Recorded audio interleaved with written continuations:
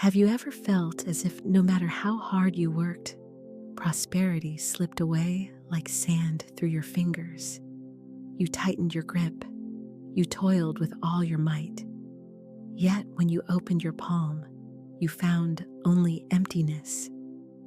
Perhaps you looked at others and wondered, why do blessings seem to flow so easily to them while I am left struggling? This feeling, this ache of reaching for abundance and finding lack is not foreign to the human soul. It is as old as time itself. Yet the truth Florence Scovel Shinn revealed is this prosperity was never meant to be earned by sweat alone. Prosperity is divine inheritance. It is not something you chase, it is something you allow. And the key, the golden key that unlocks the treasure chest of heaven's supply, is the spoken word. Florence said, "Your word is your wand." With every syllable you speak, you are either painting pictures of lack or summoning fountains of abundance. Words are not idle, they are seeds cast into the garden of life. And just as surely as an apple seed brings forth an apple tree, your words bring forth their own harvest. Imagine for a moment a garden vast and overflowing, hidden behind tall iron gates. Within it, emerald grass sparkles with dew, fruit trees bend with sweetness, fountains bubble with laughter, and every flower blooms in eternal spring. This is the garden of supply, the infinite abundance prepared for you before you drew your first breath. But many souls stand outside those gates, pressing their hands against the cold iron, whispering, "It is not for me. I must earn it. I must struggle. I must prove my worth." And so, though the feast is laid within, they hunger without. Yet the gate is not locked. It has never been locked. The key is faith, and the hand that turns the key is your word. Let the weak say, "I am strong." That is not merely poetry from Scripture, it is law. When the weak declare strength, they step into strength. When the poor declare supply, they summon riches from the unseen storehouse. The decree is not wishful thinking, it is command. But here is the barrier: fear, doubt, worry. These are the shadows that whisper, "What if it doesn't work? What if I fail again? What if I declare abundance and nothing comes?" These voices weave a wall as thick as stone. Yet faith is a light that dissolves every shadow. Faith does not need proof. Faith does not ask how. Faith simply declares, "It is done." Let me ask you gently, how many times have you let fear be your counselor? How many times have you repeated words of lack without even noticing, saying, "Money is hard to come by. I can't afford that. I'll never get ahead"? Do you see? These are decrees too. The universe does not mock your words. It simply obeys them. If you continually water weeds with your speech, you will reap weeds in your harvest. But when you shift, when you say instead, "I live in a garden of endless supply. What I seek is already mine. I claim my inheritance as a child of abundance," then heaven itself rushes to align. The gate swings wide. Pause with me here. Feel the difference in your own body when you speak words of lack versus words of abundance. Try it softly. Whisper, "I am always broke. There's never enough." Feel how heavy, how dark, how constricting that vibration is. Now shift. Whisper with faith, "I live in an ocean of infinite supply. Every need is met before I even ask." Do you feel the opening? The breath of freedom. This is the law of supply awakening in you. You are not an orphan of the universe left to scramble for crumbs. You are heir to the infinite storehouse, a child of divine wealth. And the inheritance comes not through desperate striving, but through words spoken in faith. So today, I invite you, take up your wand. Let your word be the key. Speak life. Speak abundance. Speak the truth of who you are until every cell in your body vibrates with it. If you've ever felt the ache of lack, if you've ever felt prosperity slip through your hands, then declare boldly, "Now I am ready to receive."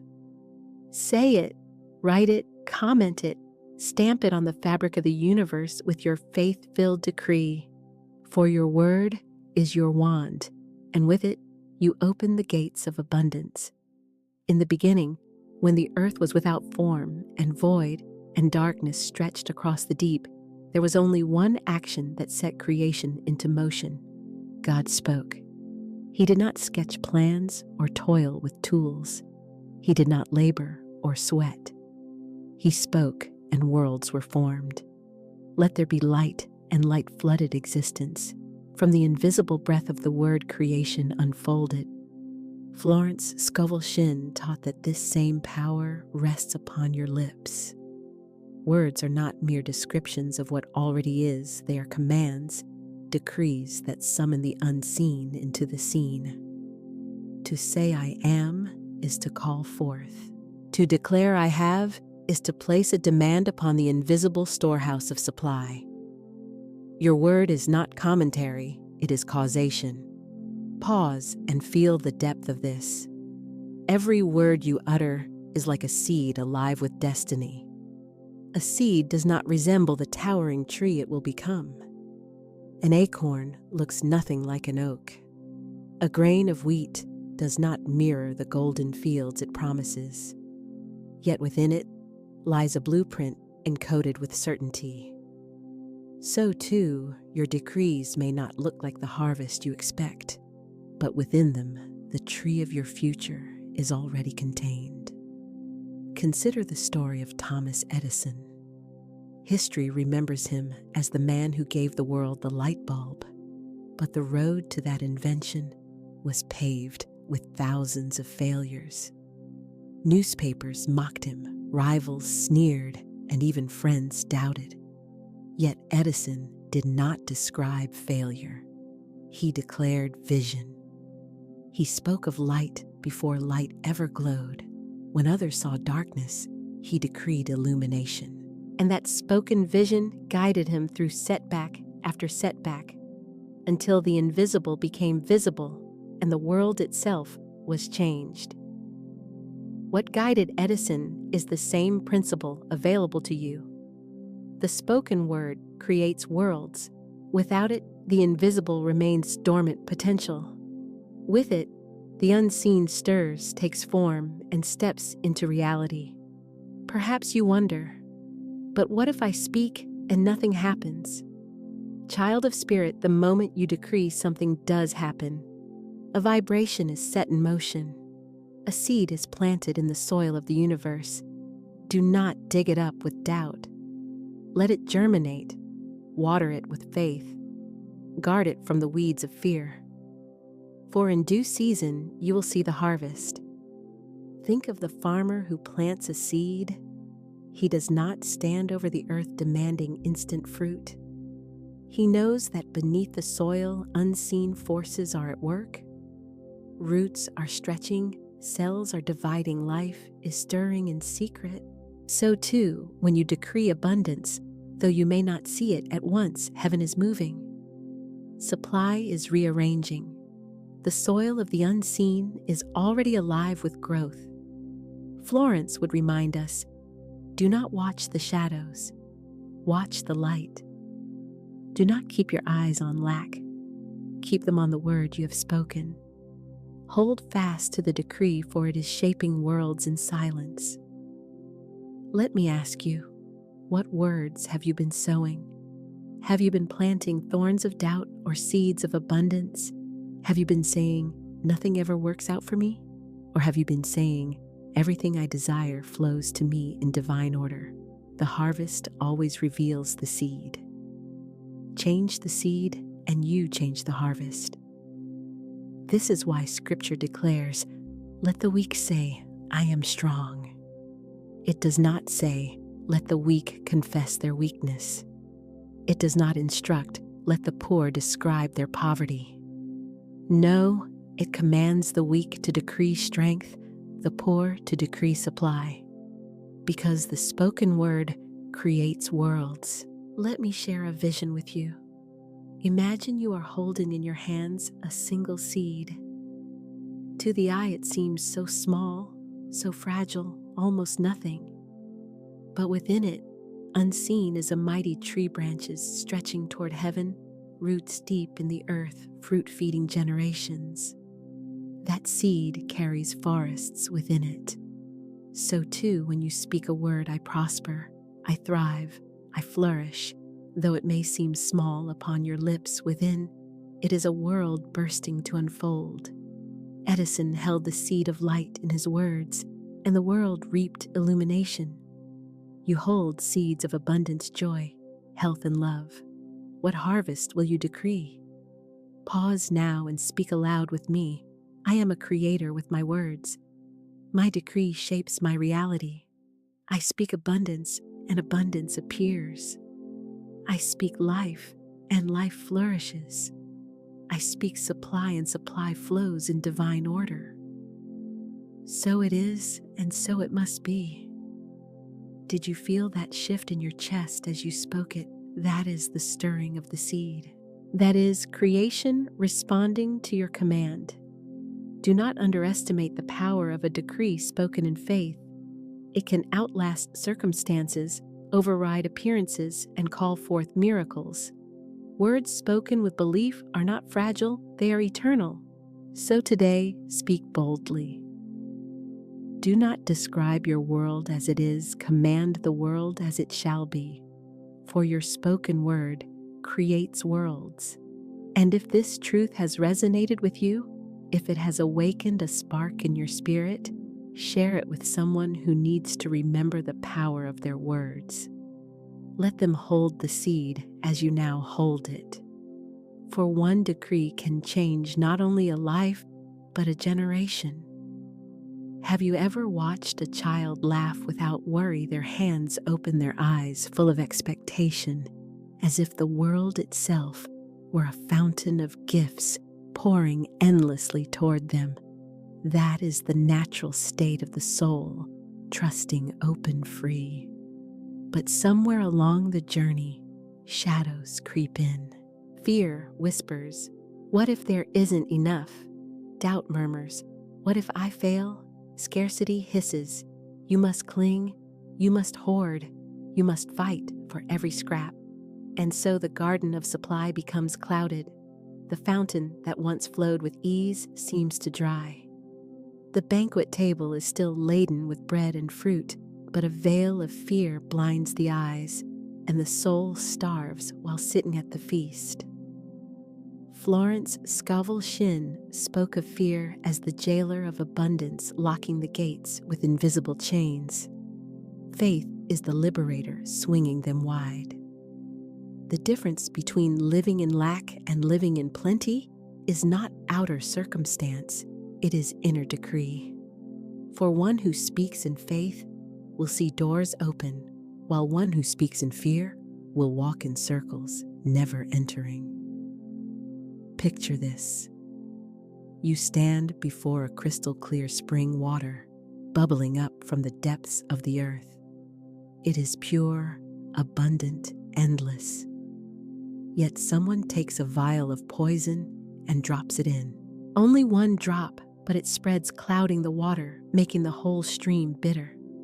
That is what fear does. One drop of doubt in the fountain of faith poisons the supply. I once knew of a man who practiced affirmations faithfully. Morning and night, he declared, "I am prosperous. I am abundant. Supply flows to me." Yet within his heart, he kept whispering, "But what if it doesn't? What if I am only fooling myself?" These hidden whispers were poison. His lips planted seeds of abundance, but his doubts poured venom into the soil. And so no matter how much he declared, the harvest never came. It was not until he released the poison, until he chose to believe without reserve, that his life transformed. He changed his inner decree. He silenced the voice of fear. He stopped asking, "What if it doesn't work?" and instead declared, "It is already working unseen."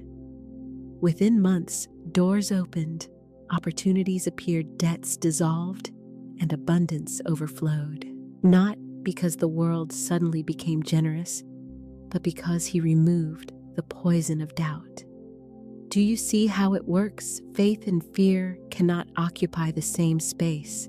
One liberates, the other imprisons. Words spoken in faith are like pure sunlight drawing blossoms from the soil. Words laced with fear are like frost, burning the buds before they bloom. Scarcity itself is not truth, it is illusion. The universe is infinite, yet fear convinces the mind there is only so much to go around. It whispers, "If another is blessed, you are left behind." But this is a lie. Divine supply is not pie divided into pieces. It is an ocean unending, overflowing, and each soul has their own river flowing directly from it. Florence would often say that fear is inverted faith. It is faith in evil instead of faith in good. When you fear lack, you are placing faith in lack. When you doubt your decree, you are placing faith in failure. The universe simply mirrors your belief. Let me ask you gently, have you been poisoning your feast? Have you been decreeing abundance in one breath, yet canceling it with doubt in the next? Saying, "I am wealthy," but then murmuring, "If only I can scrape enough to get by." Do you see the contradiction? The feast is set before you, yet a drop of poison makes it inedible. The antidote is simple, faith-filled words. Just as poison spreads quickly, so too does faith purify quickly. One drop of truth can clear an ocean of fear. One decree of confidence can dissolve 100 doubts. The law is clear. Perfect love casteth out fear. When you decree from love and trust, the poison evaporates. Let us walk through this together. Pause, close your eyes, and picture the fountain of supply. See its waters flowing endlessly clear as crystal. Now see yourself standing there with a cup. You dip it in and drink deeply. As you do, say aloud, "I release fear. I release doubt. I drink only from the pure fountain of faith. I am supplied. I am secure. I am free."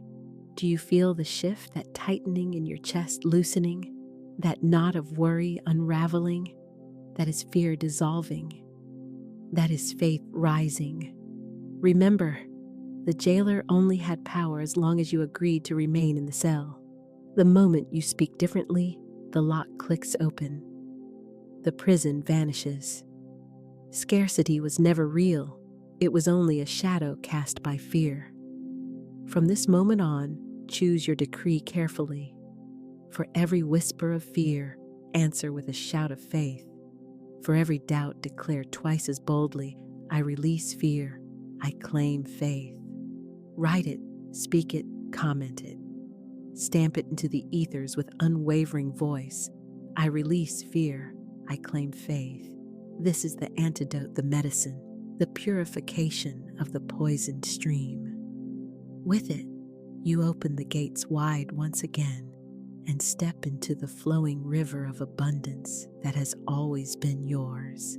There comes a moment on the path of abundance when the seeker must no longer ask, no longer plead, no longer stand at the gate hoping for crumbs. There comes a moment when the truth must be claimed. I am not a beggar in the universe. I am an heir of infinite supply. Florence Scovel Shinn wrote that prosperity is not a privilege of the few, but the birthright of all. Just as a prince does not beg for the treasures of his father's palace, neither must you beg for your inheritance. Supply is not granted to you through favor or toil. It flows to you because you are a child of the infinite, fashioned in the image of abundance itself. The palace within. Close your eyes and imagine now that you are walking through golden gates into a vast palace. Marble floors gleam beneath your feet. Columns rise high into vaulted ceilings. Every chamber overflows with treasures, golden chalices, jeweled crowns, silken robes, and chests of overflowing riches. You walk past them not as a stranger, not as a thief sneaking in, but as the rightful heir. Servants bow as you pass. Angels whisper, "All that the Father has is yours." You do not need to snatch or hoard. You do not need to struggle. You need only to extend your hand, and what is yours by divine right is placed within it. This is not fantasy, it is reality in the unseen. For heaven's storehouse is as real as the ground beneath your feet, and your word, your decree, is the signet ring that authorizes your claim. The shift from begging to decreeing. Many souls remain in poverty because they pray as beggars. They say, "Oh God, please send me something, anything, if it be your will." But Florence taught you do not beg, you command. You do not crawl, you stand. The scripture says, "You are heirs of God and joint heirs with Christ." What does this mean? That you are not outside the gates hoping for scraps. You are inside, seated at the banquet table. You share the inheritance of divine supply. To ask as though you are unworthy is to deny your birthright. So shift your prayer. Do not say, "Please let me have enough." Say, "I claim my inheritance now. All that is mine by divine right comes to me in perfect ways." This is not arrogance. It is obedience to divine law. To decree is to honor your Father's will, for he has declared, "It is your good pleasure to give you the kingdom." Affirmations of identity. Let these words settle into your bones. I am heir to infinite supply. I am a child of abundance, born to prosper, born to thrive. I do not beg for what is mine. I decree it with regal authority. The treasures of heaven flow through me in perfect order. I am wealth. I am supply. I am prosperity embodied. Say them aloud. Feel how each one reshapes the way you stand, the way you breathe, the way you see yourself. No longer a beggar. No longer an orphan. You are heir rightful and royal. The crown of authority. A beggar's voice trembles. An heir's voice commands. When you decree, decree with authority. Speak as a sovereign, not as a servant. Your words must carry the vibration of ownership, not of uncertainty. Florence often said, never voice lack or limitation, for by doing so, you impress lack upon the subconscious. But when you decree prosperity as your identity, you impress abundance upon every level of your being. You align with divine law, and supply rushes to obey. Imagine now a crown placed upon your head. Feel its weight solid, real, undeniable. You are royalty in the kingdom of supply. When you speak, your word goes forth like a decree sealed with the king's ring. Angels move circumstances, shift doors open, not because you begged, but because you claimed what was already yours. No longer an orphan of the universe. There is a lie whispered by fear. You are alone. You must fend for yourself. No one is looking after you, but truth thunders louder. You are not abandoned. You are beloved. You are not fatherless. You are heir. You are not tossed into a hostile universe scrambling for survival. You are upheld by divine order, surrounded by unseen abundance, carried by eternal law. The birds of the air do not worry where their next meal will come from, for their supply is certain. How much more secure are you, a child of the infinite? The shift is not outer, it is inner. The moment you stop seeing yourself as an orphan and start seeing yourself as an heir, your world changes. The same job, the same home, the same circumstances suddenly bend to serve you, for the law responds not to your struggle, but to your self-concept. Immersive affirmational cadence. Now let us seal this block with a river of affirmations. Speak them aloud. Let them roll like thunder through your being. I am heir to infinite supply. I claim my inheritance now. All that is mine by divine right is released to me this day. I walk as a sovereign in the kingdom of abundance. I am not a beggar, I am a child of the Most High. I decree, and it is established. I stand in my palace of plenty. Every door opens to me. Every channel flows to me. Every treasure is released to me. I am abundance in motion. I am prosperity embodied. I am heir, rightful, and royal. Say these until they sink so deeply that they become the rhythm of your heartbeat. Let them crown you, clothe you, strengthen you. For when you live in this vibration, lack cannot cling to you. Scarcity cannot find you. Fear cannot bind you. You are heir, and the palace is already yours. Beloved soul, let us step now into the great mystery, the radiant truth that undergirds every word of life, every unfolding of blessing, every demonstration of prosperity.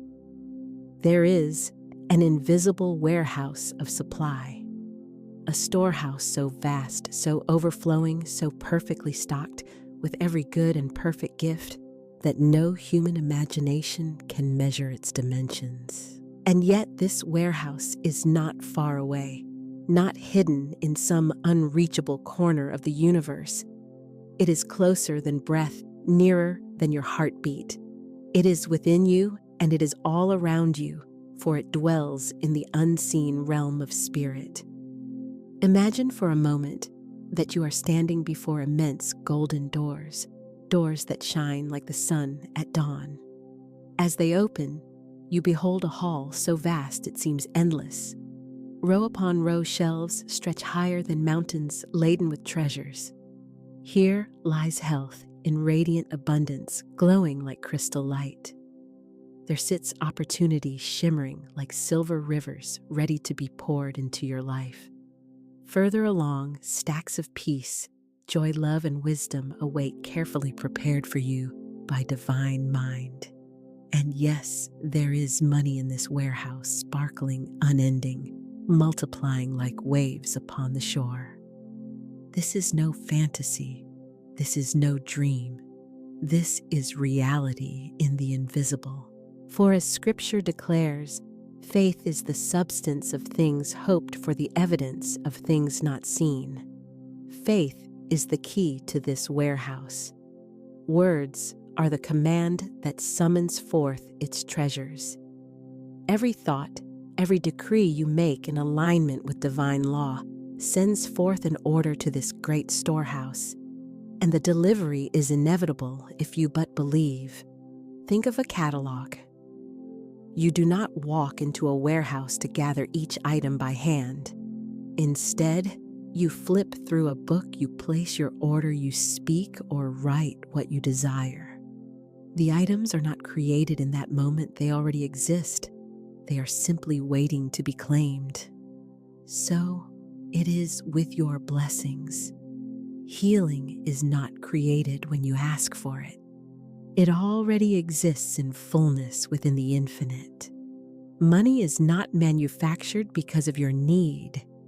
It is eternally circulating in spirit, waiting for the channel to open. Love is not suddenly born when you feel lonely. Divine love is already present, already complete, waiting for your recognition. When you declare with certainty, I am abundantly supplied, you send forth a command to the warehouse. When you say, unexpected money comes to me in perfect ways, you activate unseen forces that rearrange themselves in your favor.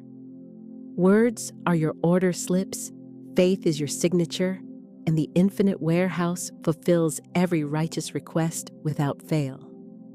Let me tell you a story. There was a woman weary of lack, who often prayed, "God, please give me enough money to get by."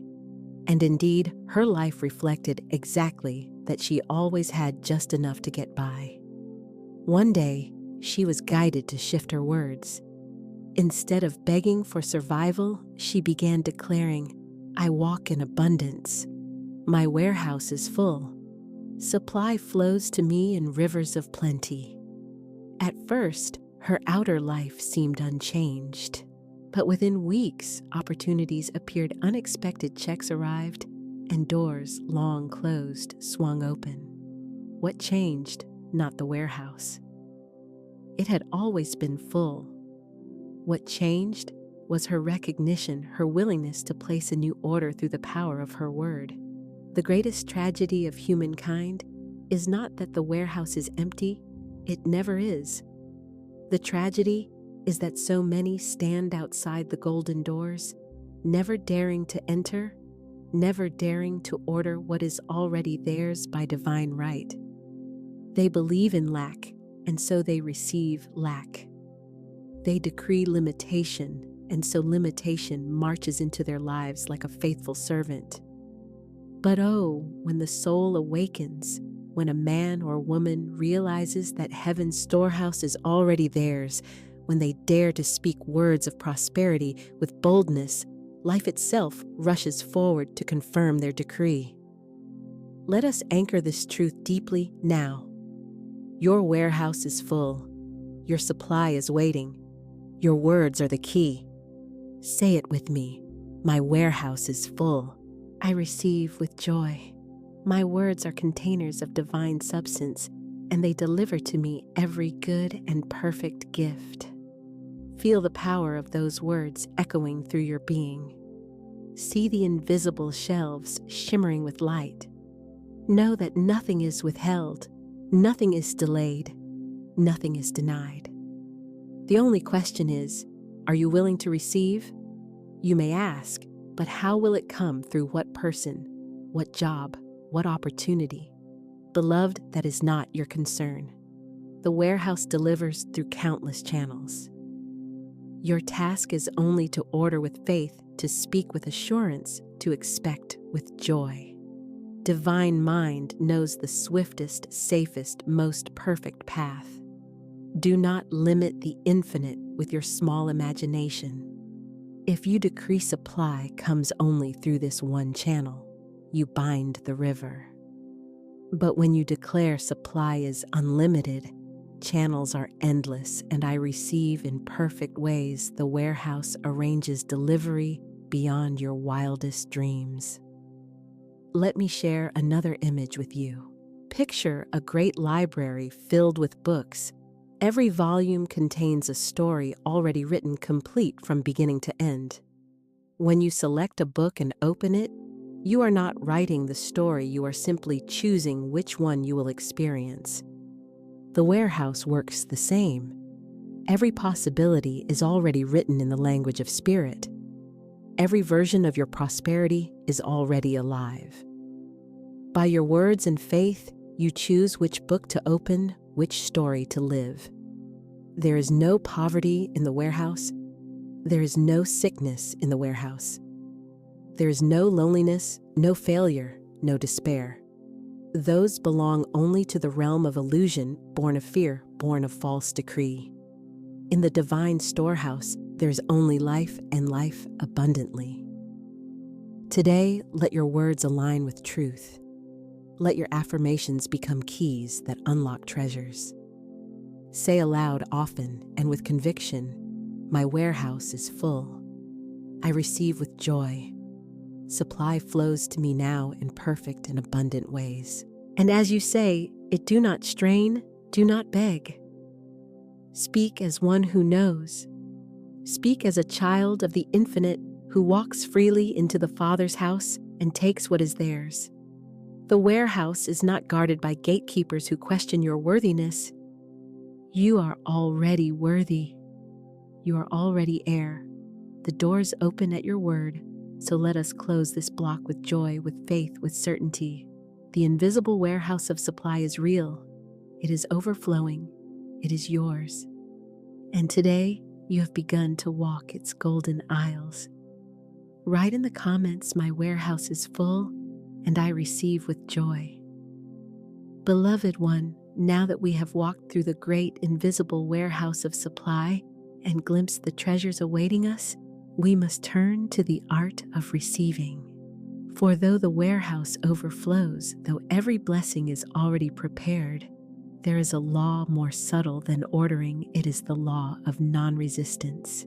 Many souls have sent forth powerful words, bold decrees, radiant affirmations, and yet their blessings appear delayed. Why? It is not because the infinite has withheld. It is not because their order was lost in some celestial mailroom. It is because resistance, the clutching hand, the anxious thought, the insistence on control, has built a dam in the river of supply.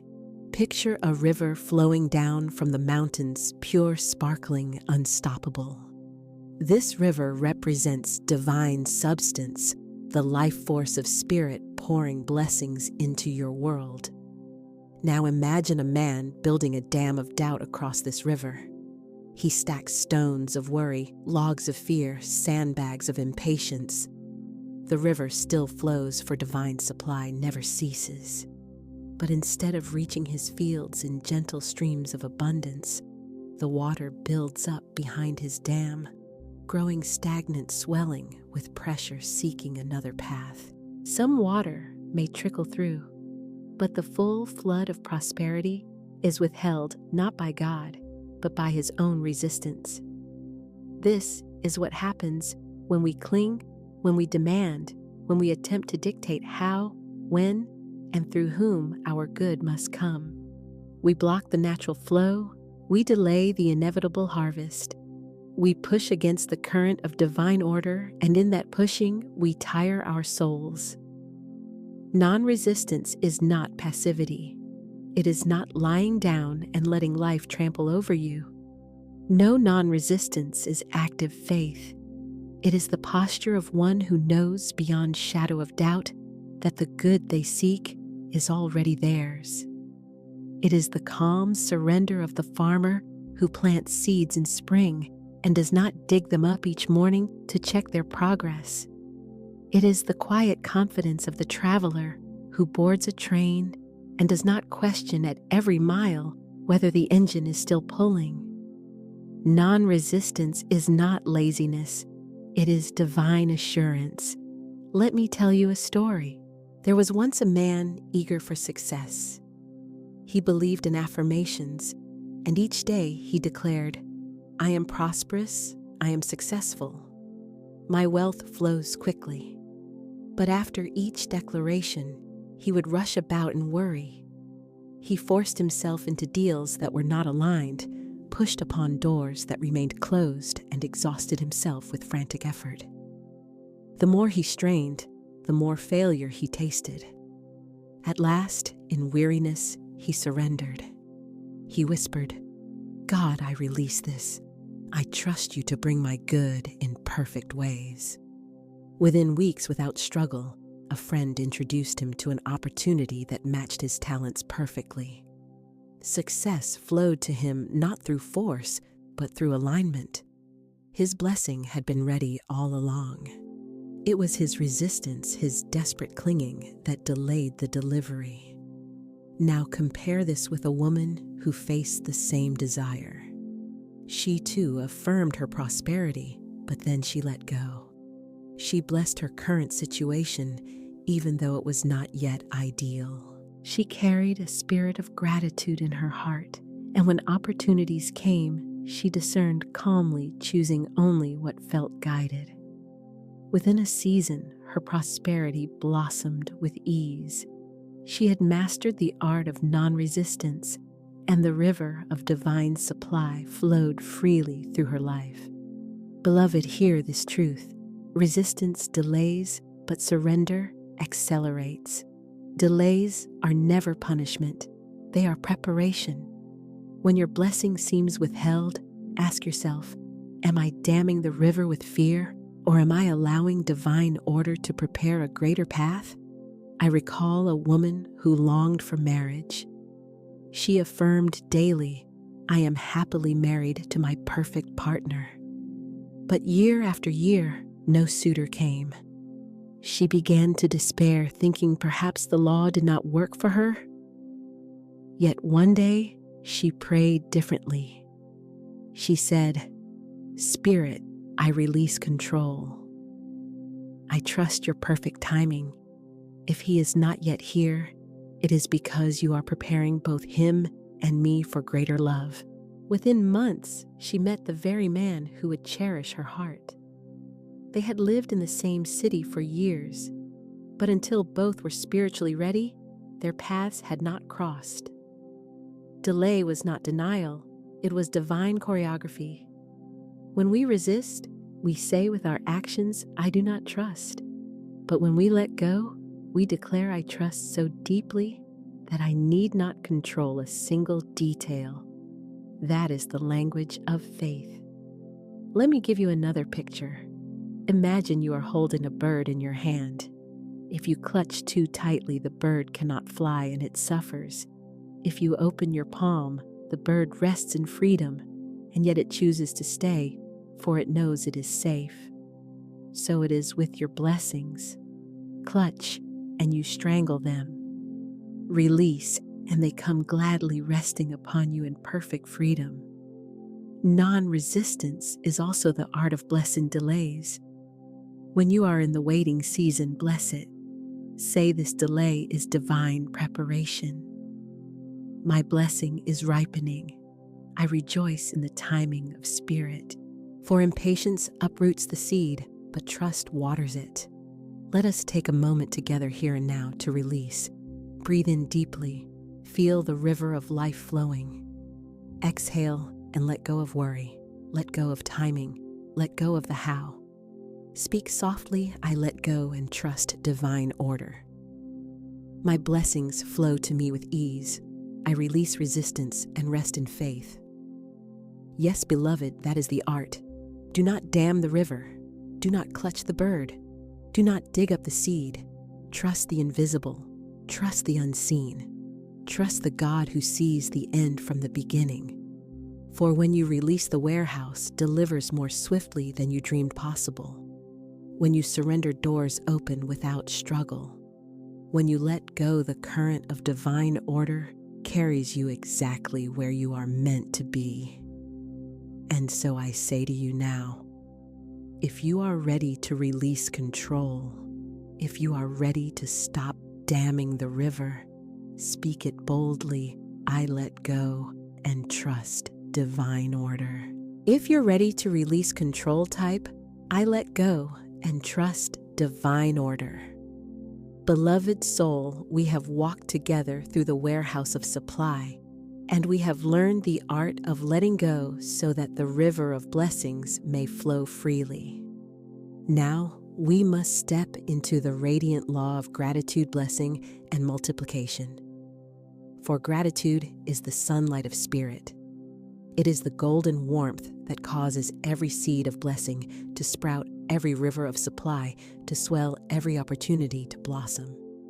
Without gratitude, even abundance shrivels into dissatisfaction. But with gratitude, even the smallest crumb becomes a feast, and from that feast, multiplication is born. Let us consider this eternal principle. Whatever you bless, increases. Whatever you complain about, diminishes. Imagine holding a single seed in your hand. Alone, it looks small, insignificant. But if you plant it in fertile soil, water it, and let the sunlight kiss it, that one seed becomes a tree, and that tree bears fruit, and that fruit holds more seeds until a forest is born. Gratitude is that sunlight. It transforms the seed of today's provision into the forest of tomorrow's supply. The Master himself demonstrated this law when he took 5 loaves and 2 fishes, lifted his eyes to heaven, and gave thanks. He did not complain of insufficiency. He did not say, "This is not enough." He blessed what was in his hands. And as he blessed it, it multiplied until thousands were fed, and baskets overflowed. Gratitude was the key that unlocked multiplication. So it is in your life. When you bless what you have, even if it seems little, even if it seems insufficient, you invoke the law of increase. When you complain, you invoke the law of lack. Gratitude opens the gates of heaven. Complaint bars them shut. Let me tell you a story. There was a woman deeply burdened by debt.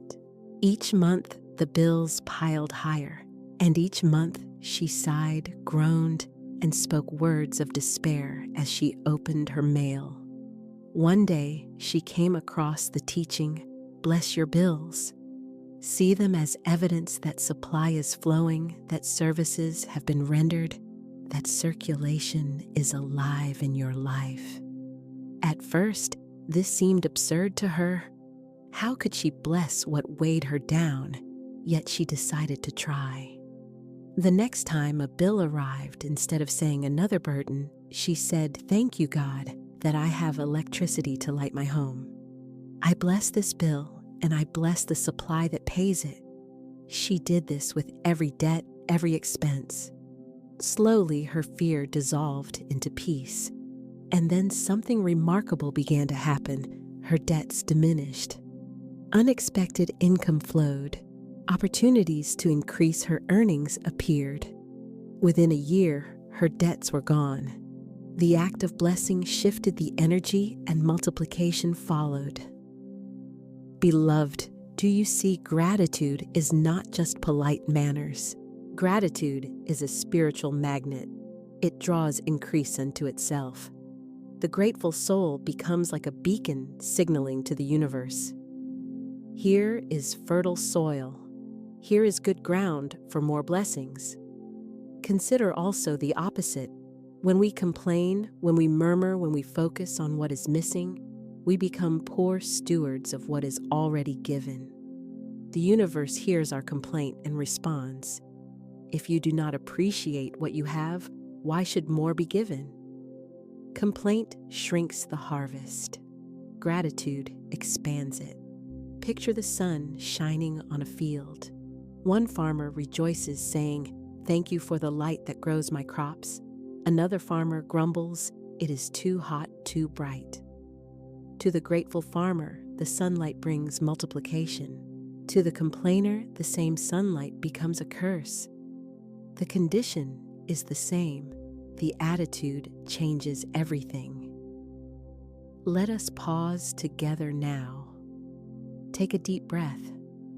Look around you. Find 3 things in your environment to bless. Perhaps it is the chair you sit upon holding you with strength. Perhaps it is the device in your hand connecting you to truth. Perhaps it is the simple gift of breath itself moving through you. Say softly, "Thank you. I bless this. I am grateful." Do you feel the shift in your spirit? Gratitude raises your vibration, lifts your consciousness, tunes your soul to the frequency of abundance. There is another story I must tell you. A man once faced unemployment. He had lost his job, and for months he searched, growing more and more bitter. "No one will hire me," he complained. "The market is cruel. Life is unfair." Then one day in despair, he remembered his grandmother's words, "When life gives you little, bless it, and more will come." So he began each morning listing 10 things he was grateful for, even though he felt he had nothing. He thanked God for the bed he slept in, for the air he breathed, for the friends who checked on him, for the meals, however simple, that sustained him. Within weeks, his spirit lightened. People noticed the change. He walked into interviews with confidence, radiance, joy. Soon he was offered a position far greater than the one he had lost. Gratitude prepared the way for multiplication. And so I say to you, begin now. Bless your food before you eat it. Bless your money before you spend it. Bless your home, no matter how humble. Bless your relationships, even those that challenge you. Bless your debts until they dissolve. Bless your past, your present, your future. For whatever you bless increases, and whatever you curse diminishes. Hear me, gratitude is the great transformer. It takes the bitter and makes it sweet. It takes the small and makes it great. It takes the invisible seed and brings forth the visible harvest. Let us speak together. I am grateful now. I bless every part of my life. My gratitude multiplies my blessings. What I bless increases. Say it again until it sinks deep. I am grateful now. I bless every part of my life. My gratitude multiplies my blessings. What I bless increases. Feel the power of those words. They are not mere sentences. They are spiritual decrees opening the windows of heaven. Beloved, let gratitude become your habit, your song, your constant companion. Each morning, let your first words be, "Thank you, God, for this new day." Each evening, let your last words be, "Thank you for every blessing that is unfolded."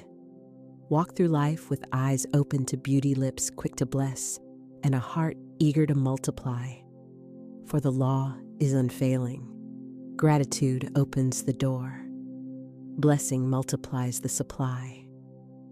Complaint closes the door and diminishes the gift. Choose today which law you will live by. And now I invite you. Write 3 things you are grateful for right now. Do not delay. Speak them, write them, declare them. For in the act of gratitude, you are watering your seeds, and soon the harvest will be so abundant you will not have room to contain it. Beloved soul, we now move deeper into the mystery of supply. We have seen the great warehouse of spirit overflowing with treasures. We have learned the art of letting go, and we have cultivated gratitude that multiplies. Now it is time to learn one of the most liberating truths of all channels are not the source. This truth, once grasped, will free you from fear, release you from clinging, and open you to infinite streams of abundance. Think of a mighty river flowing from the mountain heights. As it journeys downward, it splits into countless streams. One stream flows through the farmer's field watering crops. Another meanders through a village filling wells. Another powers a mill. Each stream is a channel carrying water from the one river. But the river itself, the source, remains vast, undiminished, and inexhaustible. So it is with divine supply. Your job, your business, your clients, your bank account, these are streams. They are channels through which the one river of spirit flows. But they are not the river itself. The source is God, infinite intelligence, divine substance. And if one channel dries up, the river is not diminished. It simply finds another path. How many souls cling to a single channel, believing it to be the source? My job is my supply, they say. My spouse is my security. My clients are my provision. And when that job is lost, when that relationship shifts, when that client departs, they panic. They believe their river has dried. But hear me clearly, the source cannot dry. It is eternal. It is infinite. It is unfailing. Only the channel has shifted. To cling to one channel is like saying, this one stream is the whole river. It is not. It never was. And the sooner we release our attachment, the sooner we see the river spring forth in new, surprising places. Let me tell you a story. A man worked for many years in a company, and his income came through that one channel. He believed that company was his lifeline. But one day, unexpectedly, the company closed. Fear gripped him. My supply is gone, he thought. But in truth, only one channel had closed. The river remained. After weeks of prayer and surrender, he began affirming, God is my source. this company was only one channel. New channels now open before me in perfect ways. Within a short time, he was offered a position in a new field with better pay and greater joy. What seemed like loss was only a redirection. The river had found a new channel. Another woman relied heavily on one client for her business. When that client left, she feared bankruptcy, but she shifted her focus. She said, "I bless this client and release them. I know new channels of supply now open to me." Within months, she had 3 new clients, all paying more than the one she had lost. Her prosperity increased because she blessed and released. This is the law: bless the channel, but never mistake it for the source. You see, fear of losing a channel comes from believing it is the only one. But when you know the source is infinite, you bless every channel with gratitude and release it without fear when it departs. For spirit is always flowing, supply is always circulating. You are never cut off. Imagine the ocean feeding countless rivers. If one riverbed runs dry, does the ocean panic? No, the tide still rises, the waters still pour, and new rivers are born. The ocean of spirit is infinite, and you are connected to it eternally. Let us affirm together, God is my source. Channels are many, but the source is one. I bless every channel, and I welcome new ones now. Yes, beloved, speak it often. Write it upon your heart. For when you stop clinging, when you bless and release, you invite new streams of supply to appear, streams you never imagined. Sometimes a channel closes because it is too small for the blessing that is coming. A farmer does not mourn when one small stream dries if a larger river is being dug to his fields. Trust that Spirit knows what you need, and if one path closes, it is because a greater path is opening. Let me share one final story. A woman longed for a new home. She believed her only channel was her salary, but her income was too small to afford the home she envisioned. She despaired, thinking her dream was impossible. But she began to release the idea that her salary was her only supply. She affirmed daily, God is my source. My home is already prepared. Channels are endless. Within a year, an inheritance came unexpectedly along with a new business opportunity. Neither was connected to her job. She purchased her home with ease. The salary had been only one stream, but the river of spirit flowed through many channels. Beloved, this is your truth as well. Your supply is infinite. Your channels are many. Your source is God. Say it now with me. I am never limited to one channel. God is my source. Channels are infinite and supply flows to me in perfect and unexpected ways. Carry these words with you. The next time fear whispers, what if this job ends? What if this client leaves? What if this door closes? Answer boldly, then Spirit will open 10 new doors.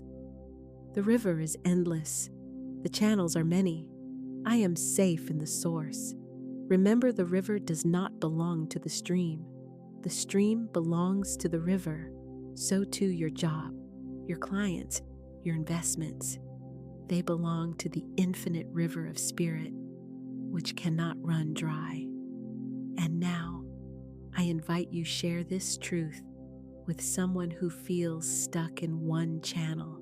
For many souls are weeping at a dried up stream, not realizing the river is still flowing, ready to burst forth in new ways. Beloved, as we arrive at the close of this section, let us enter into one of the most subtle and powerful laws of prosperity, the law of divine timing.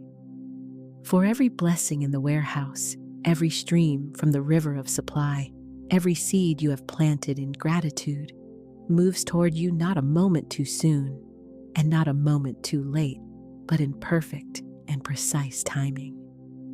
There's a rhythm to the universe. The stars do not stumble in their courses, nor does the sun rise before its hour.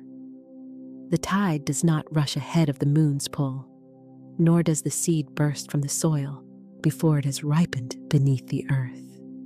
All of life moves to the rhythm of divine order. And you, beloved soul, are no exception.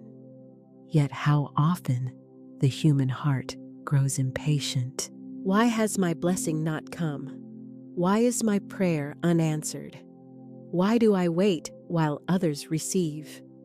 These questions are born not of faith, but of fear, for impatience uproots the seed.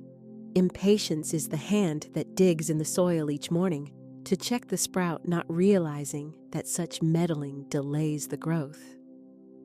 Faith plants and waters, then rests in confidence, knowing the harvest is inevitable. Picture a farmer in spring. He scatters seed upon the field, waters it, and then trusts the sun to shine and the earth to nurture. He does not demand that the harvest arrive tomorrow. He does not stand over the soil and cry, "Where is my wheat?" He knows the law. He knows that within weeks and months, the invisible life will break forth into visible form. He blesses the waiting season. So must you, for your blessings are seeds planted in spirit. Your affirmations are the sowing. Your gratitude is the watering. Your surrender is the sunlight. And divine timing is the unseen process by which those seeds ripen until the day of harvest. There was a woman who longed for a home of her own. She affirmed daily, "I am divinely guided to my perfect home. It comes in perfect ways at the perfect time." For years, she lived in a small apartment waiting. Friends said, "Perhaps it will never happen." But she held to faith. Then one day, the exact home she had envisioned appeared on the market, more beautiful than she had dreamed and at a price she could afford. The timing was flawless, for had it appeared earlier, she would not have had the resources or readiness to receive it. Delay was not denial. It was preparation. Another man prayed for a business opportunity. He expected it quickly, but the months stretched into years. In that waiting, he grew in wisdom, gained skills, and developed patience. When the opportunity finally came, it was far greater than what he had imagined. Looking back, he realized had it come earlier, he would not have been prepared to manage it. The delay was a gift of growth. Beloved, do you see? The delay is never a curse. It is the tender hand of spirit ensuring that you are ready, ensuring that your blessing is mature, ensuring that all conditions align for the perfect demonstration. When you grow impatient, remind yourself the seed knows when to sprout. The fruit knows when to ripen. My blessing knows its hour. Do not attempt to force the season. A farmer who harvests too soon gathers green, bitter fruit, but the one who waits in trust gathers sweetness overflowing. Let us affirm together, divine timing is always perfect. I am never late. I am never early. My blessings arrive precisely when I am ready, and I rejoice in the waiting season. Yes, beloved, bless the waiting season. Let your waiting be joyful, not anxious. Fill it with gratitude, not complaint. For waiting is not empty. It is a womb where blessings gestate, where dreams take form in the unseen, where roots sink deep before the flower blooms. If you find yourself restless, remember you are being refined. Just as gold must pass through fire to shine, just as clay must rest in the kiln to harden, so too must your spirit be tempered in waiting. Trust the process. And when the moment comes, it will come swiftly. Blessings that seemed delayed for years may appear in a single day, a single hour, a single instant.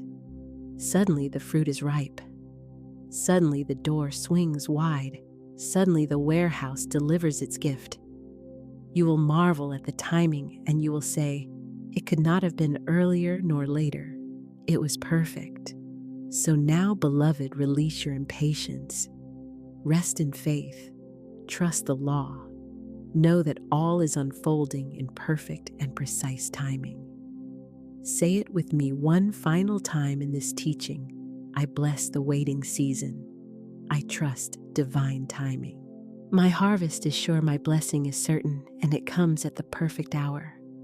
And so it is. Beloved soul, we begin this final walk together by setting the rhythm of decree, morning and evening, the rising and the resting. For as surely as the sun rises and sets, so too must our word rise and set, guiding our day and sealing our night. The law of life is this: your word creates your world. Every decree is not a mere whisper into air, but a command into the fabric of life itself. The decree is the golden key that unlocks every gate. When you decree with alignment, thought, word, and feeling braided together, you shift the entire atmosphere around you. Let us begin with the morning decree practice. Picture yourself rising at dawn, the light of newness pouring through your window. The world is silent, waiting for its first command.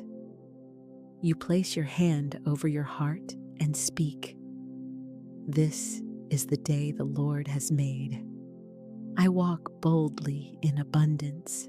Every step I take is guided. Every word I speak is creative. Every thought I hold is rich with divine intelligence. Pause. Feel the words as fire in your chest. Do not speak as a beggar pleading, but as a ruler declaring. The decree is the tone setter, the atmosphere shaper. When you rise and speak this, you establish law. The day bends to your decree as surely as the seed obeys the soil. Florence Scovel Shinn herself once said, "Man's word is his wand filled with magic and power." And so it is. Now imagine that through the hours of your morning, small tests come, perhaps the traffic, perhaps the unexpected bill, perhaps the tone of another person.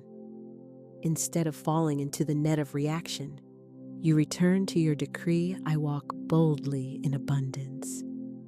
I am supplied before I have need.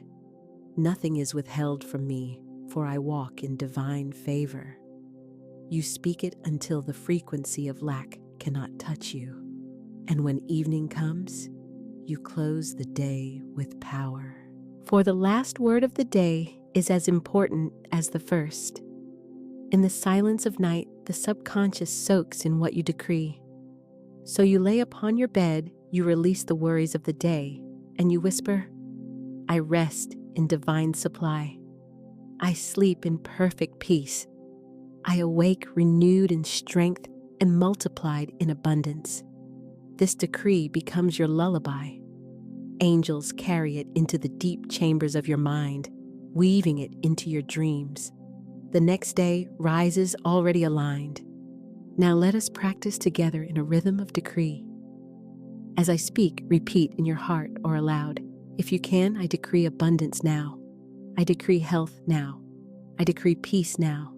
I decree doors opening now. I decree divine supply now.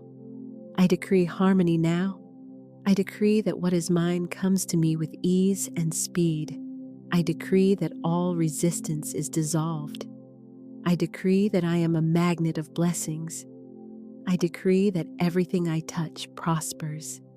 Say it boldly. Feel the vibration in your bones. These are not idle words. They are hammer strikes upon the invisible stone shaping your destiny. Consider the story of a woman named Clara. She lived in continual lack, always behind on bills, always anxious about tomorrow.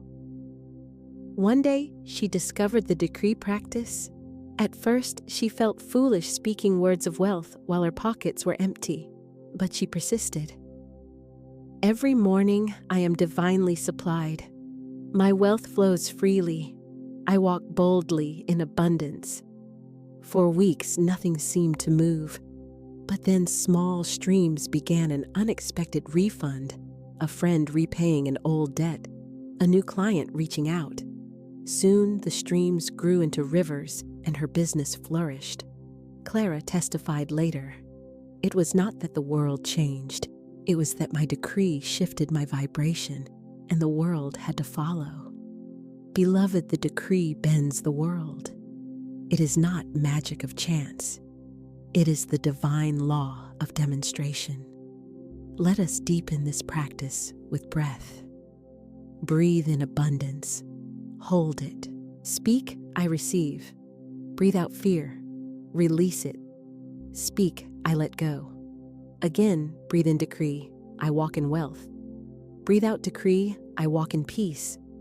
The breath and the word together create a double power, for spirit and body are now aligned. Remember this, a decree spoken half-heartedly is like a seed dropped upon stone.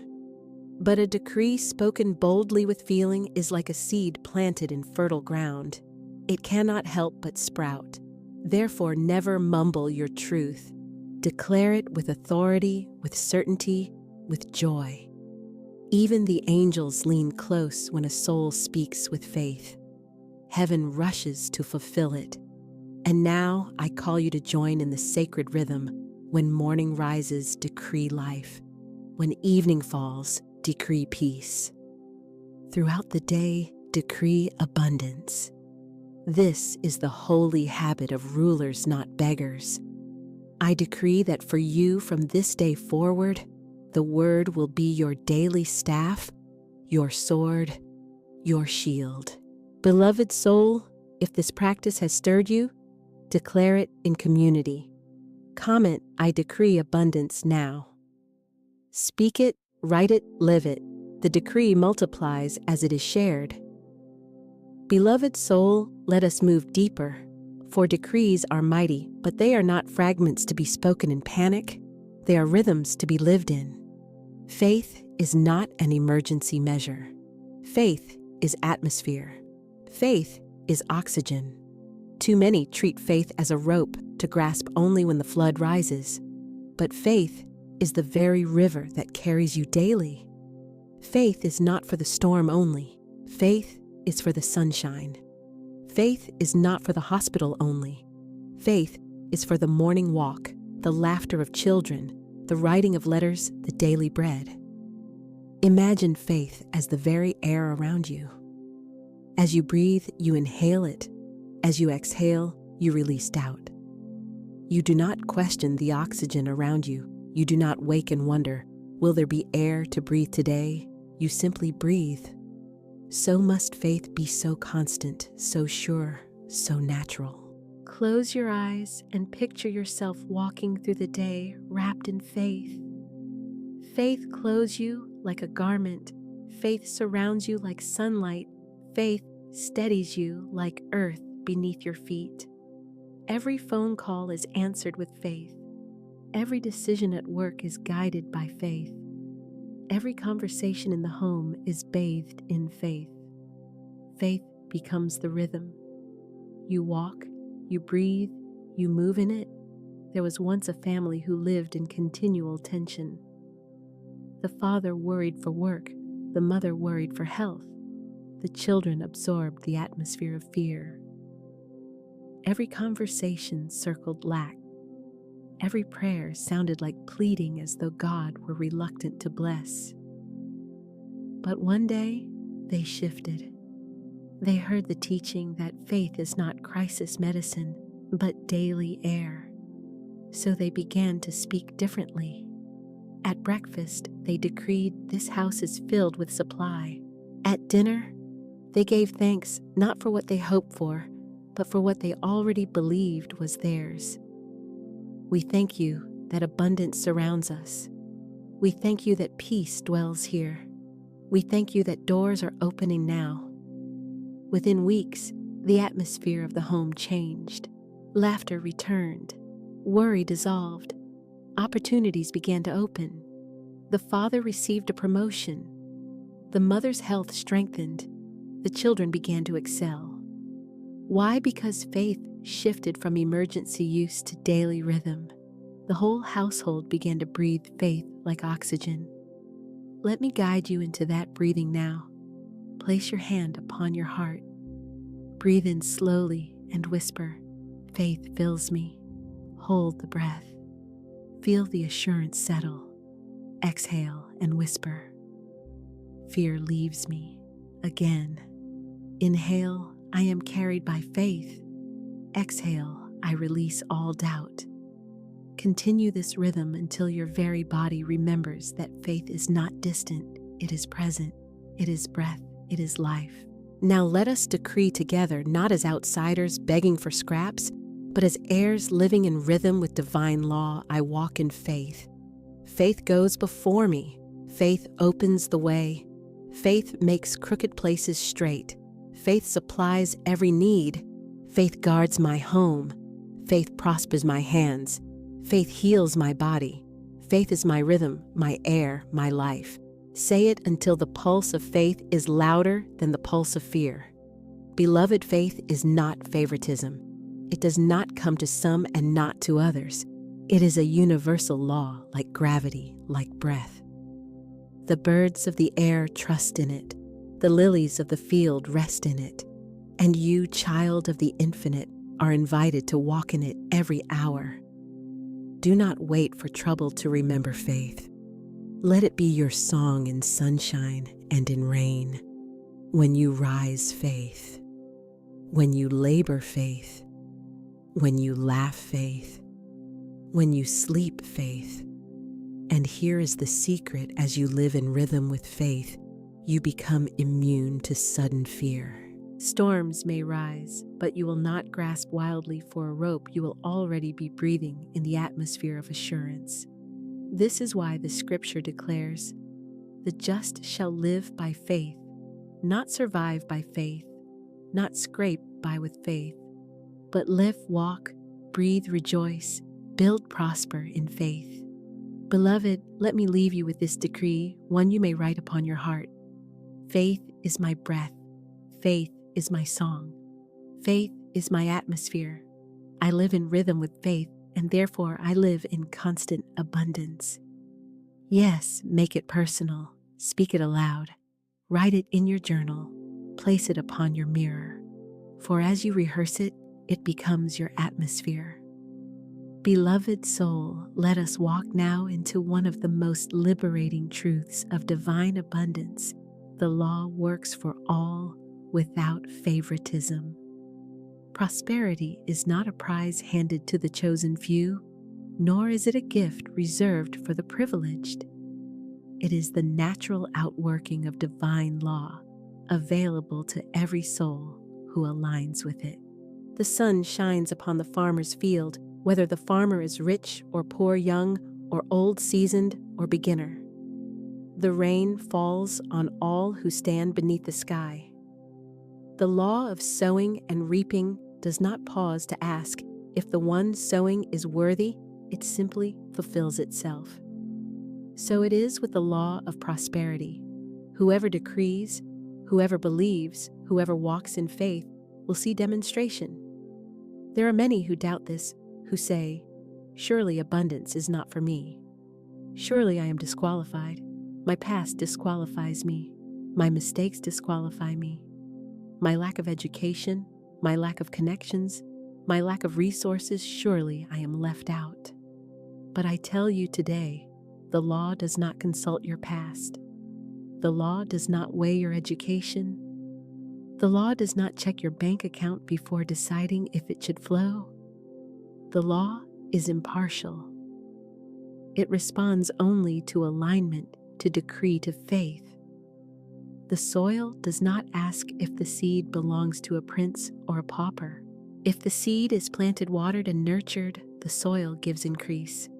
So too does divine law. Let me give you stories of proof. There was once a man named Elias. He had lost everything: his home, his savings, even the trust of those around him. He believed himself a failure. But one day he read that the word is a seed and that divine law shows no favoritism. He began haltingly at first to decree, "I am restored. I am prosperous. I walk in favor." He repeated this daily, even while his pockets were empty. Slowly, opportunities began to open. He found work, then started a small business. Within 5 years, he was wealthier and freer than ever before.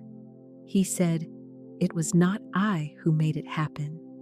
It was the law responding to my decree." Another story. A young woman, Layla, lived in a small village with little opportunity.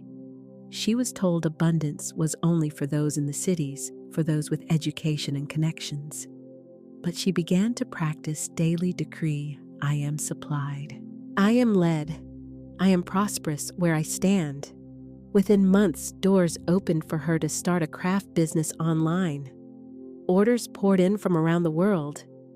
The same divine law that worked for a business person in the city worked for her in her village. Why? Because the law has no favorites. And hear this, even skeptics who test the law will find it works. For the law is not shaken by doubt. A man may say, "I do not believe in gravity," but if he drops a stone, the stone still falls. In the same way, the law of abundance works when practiced, whether or not one understands its depth. This truth is freeing, for it means no one is left out. Every soul, no matter their background, their failures, their status, or their present lack, may walk boldly into abundance by applying the law. Do not disqualify yourself. Divine law has already qualified you. Your only task is alignment through thought, word, feeling, and action. Now let us seal this truth with decree. The law works for me. The law responds to my decree. The law does not withhold. The law multiplies. I am aligned with divine law. Therefore, I prosper. I am supplied without limit. I am favored without question. What I decree, I see. What I plant, I harvest. The law works for me. Say this boldly until it etches itself upon your heart. Visualize yourself as a farmer in a vast golden field.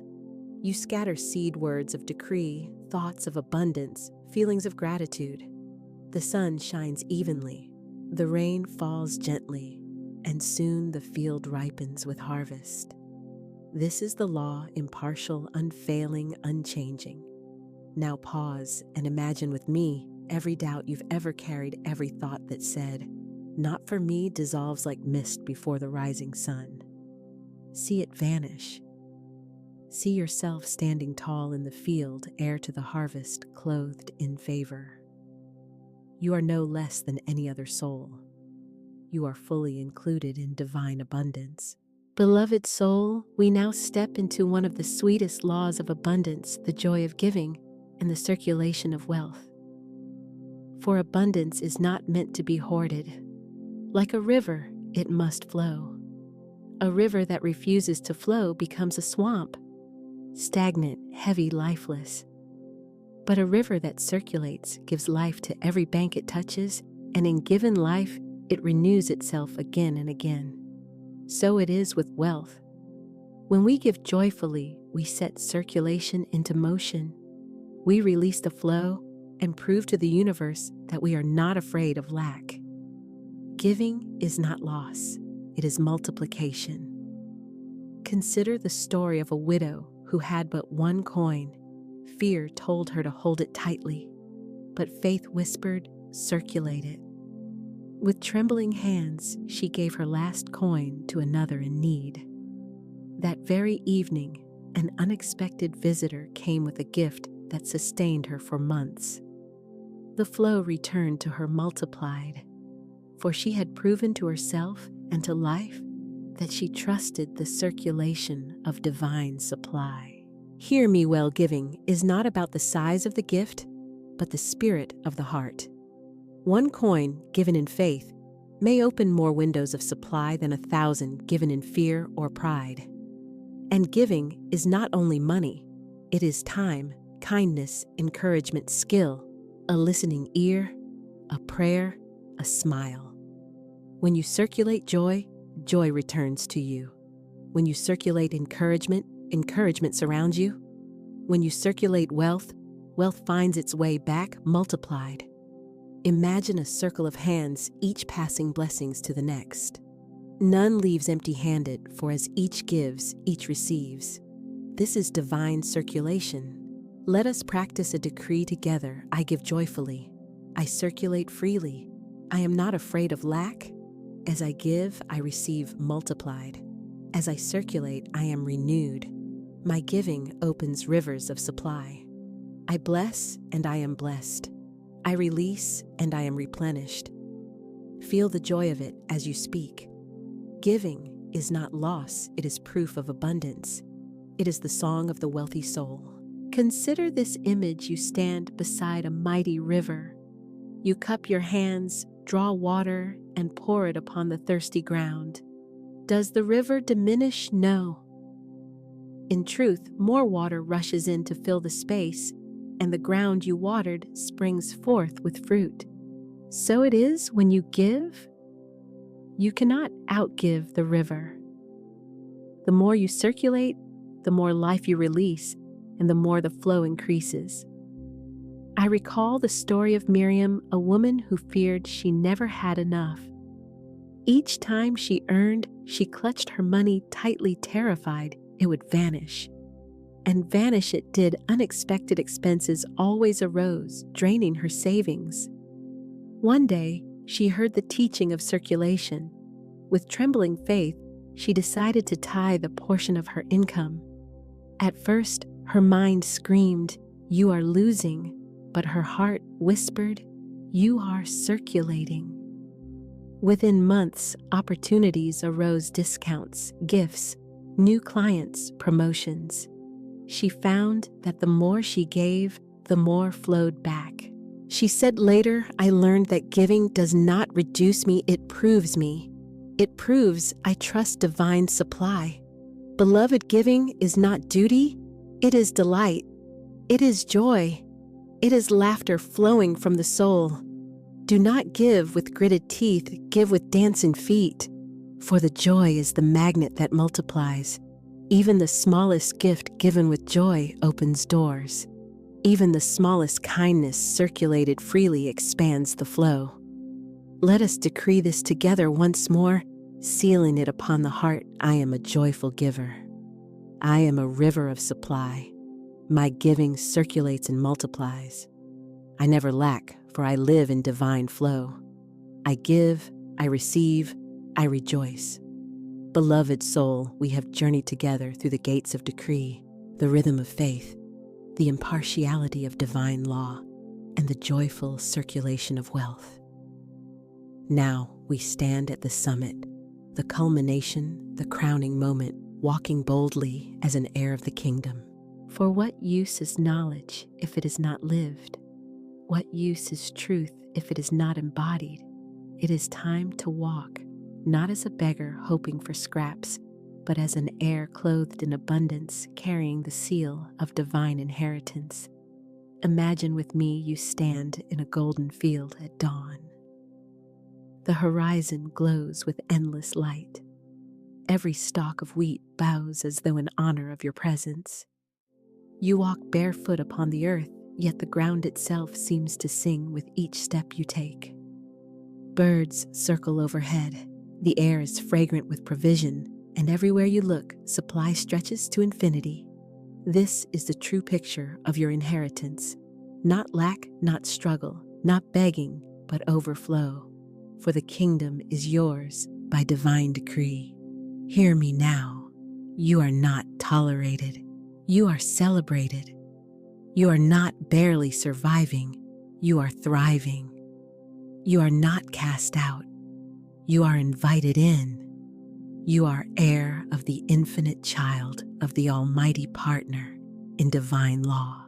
Let this truth wash away every shadow of smallness. Let it dissolve every whisper of unworthiness. Let it silence every echo of lack. You are heir. Say it aloud, I am heir of the kingdom. I walk in divine inheritance. I live in abundance now. Now let us seal this truth with a series of identity affirmations. Repeat them boldly with feeling I am heir of abundance. I am heir of peace. I am heir of health. I am heir of wisdom. I am heir of joy. I am heir of overflowing wealth. I am heir of divine favor. I am heir of the kingdom now. Yes, repeat until your very bones remember it. Let me tell you this, when an heir claims their inheritance, they do not beg, they do not grovel, they do not apologize for receiving. They stand tall, they sign their name, they walk into possession. So must you. No more shrinking, no more delaying, no more saying one day. The day is now, the moment is now, the decree is now. Picture yourself walking through the golden field, but this time see yourself clothed in radiant garments of light, crowned with favor, carrying treasures overflowing from your hands. Every step you take spreads abundance beneath your feet. You are walking as an heir. You are living in kingdom flow. Let us declare the closing decree together, and we will repeat it 3 times for power. I walk boldly in abundance. I am heir of the kingdom.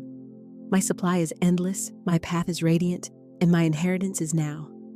Again, I walk boldly in abundance. I am heir of the kingdom. My supply is endless, my path is radiant, and my inheritance is now. One last time, with the force of eternity behind it, I walk boldly in abundance. I am heir of the kingdom. My supply is endless, my path is radiant, and my inheritance is now. Beloved, the journey is sealed. You are no longer a seeker. You are a walker in abundance. You are no longer a student, only you are a demonstrator. You are no longer on the outside looking in, you are inside living as heir. Rise each morning and decree. Walk each day in rhythm with faith. Remember that the law is impartial and works for you. Give joyfully, circulate freely, and never fear lack again. And above all, remember you are heir. If you are walking in abundance from this day forward, declare it boldly, type, "It is done." For it is done. It is sealed. It is yours.